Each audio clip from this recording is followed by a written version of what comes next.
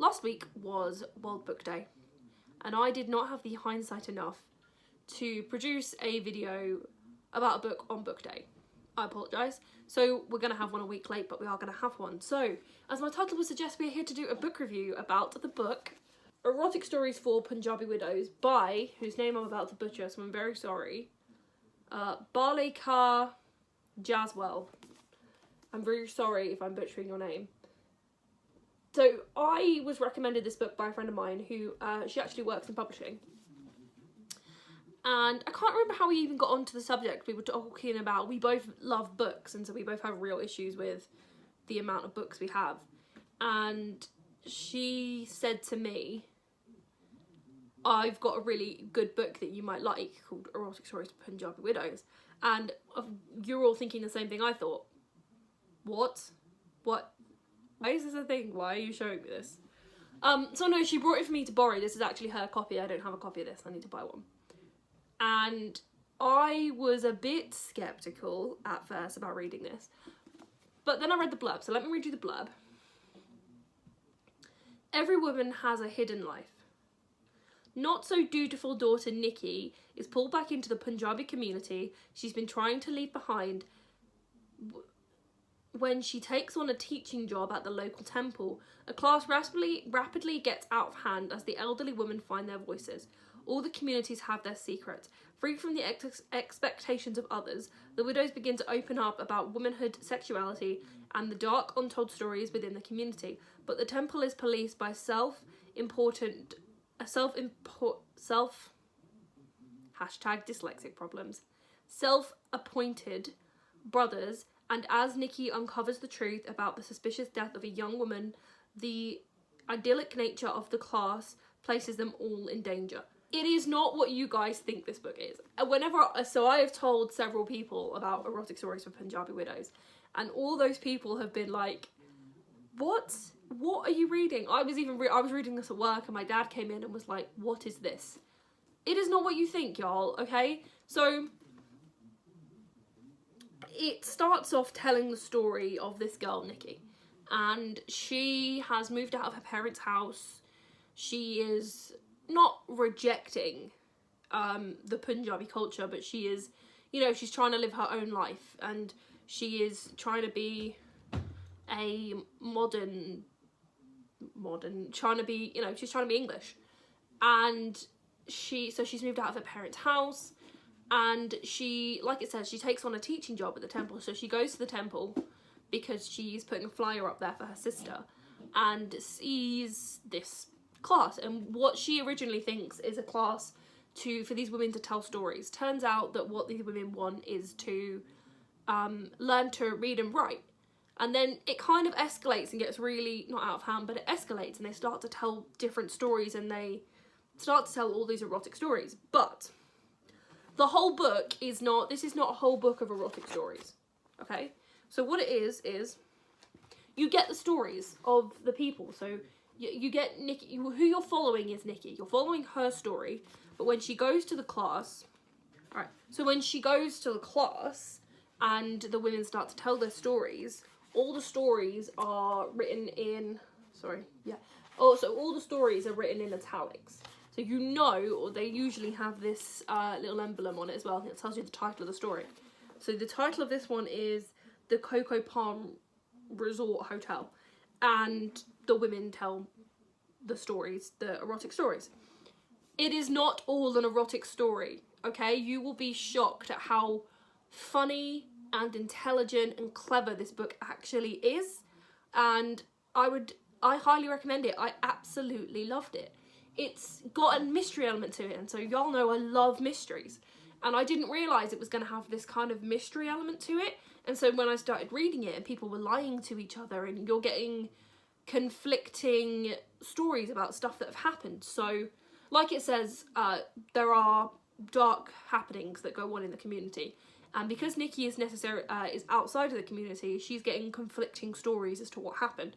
So you, the reader, get conflicting stories as to what happened, and you have to try and piece together what's true and what are people making up, and who's lying, who's telling the truth, who do we trust, who is too set in their ways. And it's just very funny, it's very clever, and it was just so insightful to read. And I have recommended this to anybody I have come across who has asked me if I'm reading a book at the moment. I recommend this book to every single one of you. Please, please, please go and read this book. It's hilarious. Please don't be put off by it. I enjoyed it so much. I think I read this book in about 3 weeks. I would have read it sooner, but I have to keep doing inconvenient things like going to work. So please, please, please read this book. I loved it. I just thought it was brilliant. And I would read it again in a heartbeat. I think my friend said they're bringing out another one, which is all the erotic stories. So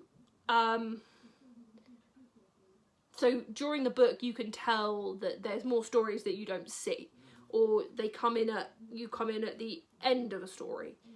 And I think she said they're bringing out another one which is just all the stories. This is not just erotic stories. This is genuinely a story that follows a storyline, and I highly recommend that y'all read it. Also, what I really, really like about it is, excuse me, it kind of challenges the way you write a book. And I've said this before, I love reading books that challenge the norm of books. And this kind of does that. So it will be, one part will be about Nikki, and then the next paragraph it's about a different character in the book, and they switch just like that. And I kind of like that, because that's kind of how I'm writing my book, and so it was nice to read a book that was very similar to that. The one issue I have with this is everybody has a Punjabi name except for Nikki, and so it's very, very hard for me to tell you what any of the other characters are called, because I don't know how to pronounce anybody's name. So I kind of just gave them regular names, or like K, B, like the first letter of their names. That's how I refer to them the entire time, because I don't know how to say these people's names. I can't read them. Like I said, I butchered the author's name, and I'm very sorry. And so instead of butchering everybody's names and getting frustrated that I didn't know whose name was who, I kind of just gave them their own names in my head, because it was easier for me to do that than, because otherwise I would have stopped reading it very, very quickly, and I'm so glad I didn't, because I enjoyed it so much. So yes, Erotic Stories for Punjabi Widows. It's brilliant, and I highly recommend you read it, and I'm kind of excited to see whether they are bringing out a second one or not. Yeah, so Erotic Stories for Punjabi Widows. Please go and buy this book and read it. I am now going to go out and buy my own copy of this book, because I think it's brilliant. Also, I love the cover. You know when like you're just drawn to a cover? This has got such a nice cover on it, and it feels nice. You know, sometimes you buy a book and it feels really good. I brought another book. Okay, what I'm going to do is I'm going to show you the list of books that we've got to read and that we're going to review in a minute. You know, you feel a cover of a book and it just feels good. But yes, Erotic Stories of Punjabi Widows. If you have a second, if you want to take a chance on this book, read it. Memorize it. Read it. Brilliant.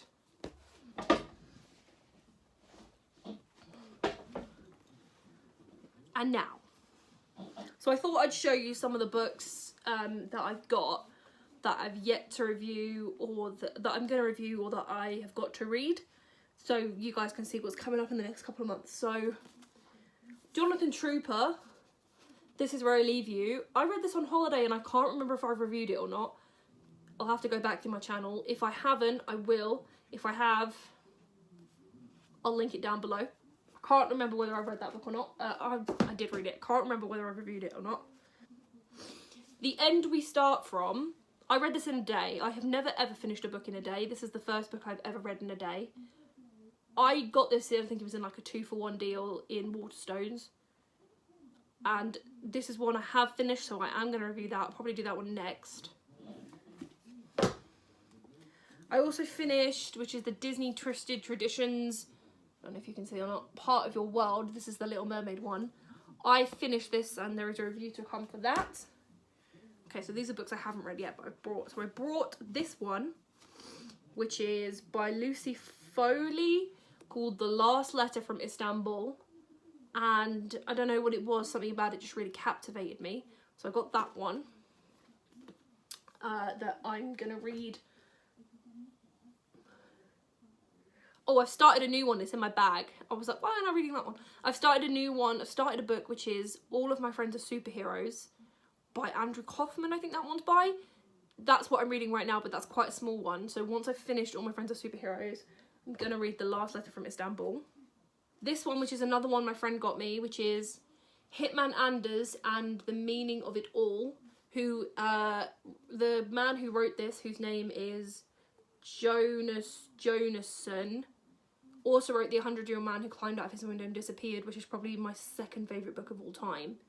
So, I'm going to read that one probably after The Last Letter from Istanbul, because I remember it took me a long time to read The 100-Year-Old Man that climbed out of his window and disappeared. They've actually done a sequel to that, which I can't find anywhere. So if anybody finds the sequel to The 100-Year-Old Man, please leave me a comment and tell me where I can get that.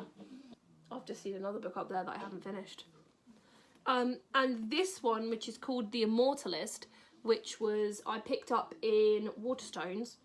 It was in buy one get one half price, but I'm almost certain that I did not get it in the oh, I brought this one when I brought All of My Friends Are Superheroes, but that wasn't in the buy one get one half price, so I should have brought 3, shouldn't I? This is by Chloe Benjamin, and it says, if you knew the date of your death, how would you live your life? And the reason I brought this is because it's about 4 siblings, I think, or it's about 4 children. The 4 Gold's children. So I am one of 4, and so I brought this because it kind of captivated me with the fact that it's about 4 children, or 4 siblings. So I was captivated by that. It takes place in 1969 in New York, but that is the Golden Gate Bridge, is it not? So I'm guessing they must go to San Francisco at some point. Anyway, that's just one of those ones that I was like, ooh, that sounds interesting. So I picked that up as well. So they are the books that I have read and yet to review and will read when I finish the one I'm reading. Also, I'm reading another one. I've started reading the Mary Poppins books, which I won't review for you because y'all know what Mary Poppins is. If you haven't read the Mary Poppins books, go and read them. They're really good. And another book called Together, which I read sort of the first 2 chapters of, and then picked up Part of Your World and I put it back down again. So I might come back to that, but I'm really excited to read The Last Letter from Istanbul. So, I mean, that's probably going to go back down on the list. Oh, and I have another one that's up there that I think is called I Sat Outside Grand Central Station and Wept, which I started to read before we went to Florida, and then I picked up Truly Madly Guilty and had to put it down because I have to concentrate to read Truly Madly Guilty. Yes, that's right. I'm literally looking at my shelf. There are so many books up there I have not read. Just love books. I mean, you guys can't see, but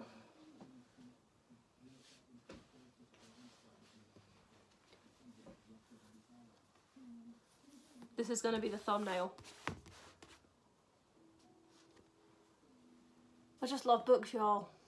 Love them. So, I might do a top... top 6 books. Although I don't know if I've read 6 books. I have read 6 books.